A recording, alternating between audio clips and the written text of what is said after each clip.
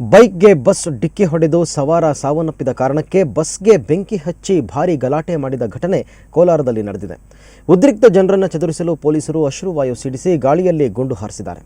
ಪೊಲೀಸರ ಮೇಲೂ ಜನರು ಕಲ್ಲು ತೂರಾಟ ನಡೆಸಿದ್ದು ಕೆಲವರು ತೀವ್ರವಾಗಿ ಗಾಯಗೊಂಡಿದ್ದಾರೆ.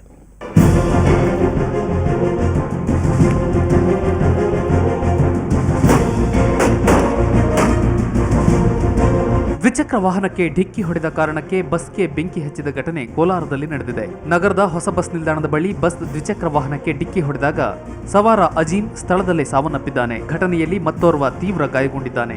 ಇದರಿಂದ ರೊಚ್ಚಿಗೆದ್ದ ಮೃತನ ಸಂಬಂಧಿಕರು ಬಸ್ಗೆ ಕಲ್ಲು ತೂರಿ ಬೆಂಕಿ ಹಚ್ಚಿದ್ದಾರೆ. ಜನರ ಗಲಾಟೆ ನಿಲ್ಲಿಸಲು ಪೊಲೀಸರು ಸಾಹಸ ಪಟ್ಟರು, ಆದರೆ ಆಗಲೇ ಇಲ್ಲ. ಆಗ ಅನಿವಾರ್ಯವಾಗಿ ಉದ್ರಿಕ್ತ ಜನರ ಗುಂಪು ಚದುರಿಸಲು ಗಾಳಿಯಲ್ಲಿ ಗುಂಡು ಹಾರಿಸಿ ಅಶ್ರುವಾಯು ಸಿಡಿಸಿದರು. ಇದರಿಂದ ಸಿಟ್ಟಾದ ಜನತೆ ಪೊಲೀಸರ ಮೇಲೂ ಕಲ್ಲು ತೂರಾಟ ನಡೆಸಿದ್ದಾರೆ. 4 ಪೊಲೀಸರಿಗೆ ತೀವ್ರ ಗಾಯಗಳಾಗಿವೆ. ಸ್ಥಳೀಯ ಪತ್ರಿಕಾ ಛಾಯಾಗ್ರಾಹಕರೊಬ್ಬರ ಕ್ಯಾಮೆರಾ ಕಸಿದುಕೊಂಡು ಜನರು ಪುಡಿ ಮಾಡಿದ್ದಾರೆ. ಸ್ಥಳಕ್ಕೆ ಜಿಲ್ಲಾ ಎಸ್ಪಿ ಧಾವಿಸಿ ಪರಿಸ್ಥಿತಿ ಹತೋಟಿಗೆ ತಂದಿದ್ದಾರೆ. ಮುನ್ನೆಚ್ಚರಿಕಾ ಕ್ರಮವಾಗಿ ನಗರದಲ್ಲಿ ಬಿಗಿ ಪೊಲೀಸ್ ಬಂದೋಬಸ್ತ್ ಮಾಡಲಾಗಿದೆ. ಡಿಎನ್ ಲಕ್ಷ್ಮೀಪತಿ, ಸುವರ್ಣ ನ್ಯೂಸ್ 24/7 ಕೋಲಾರ.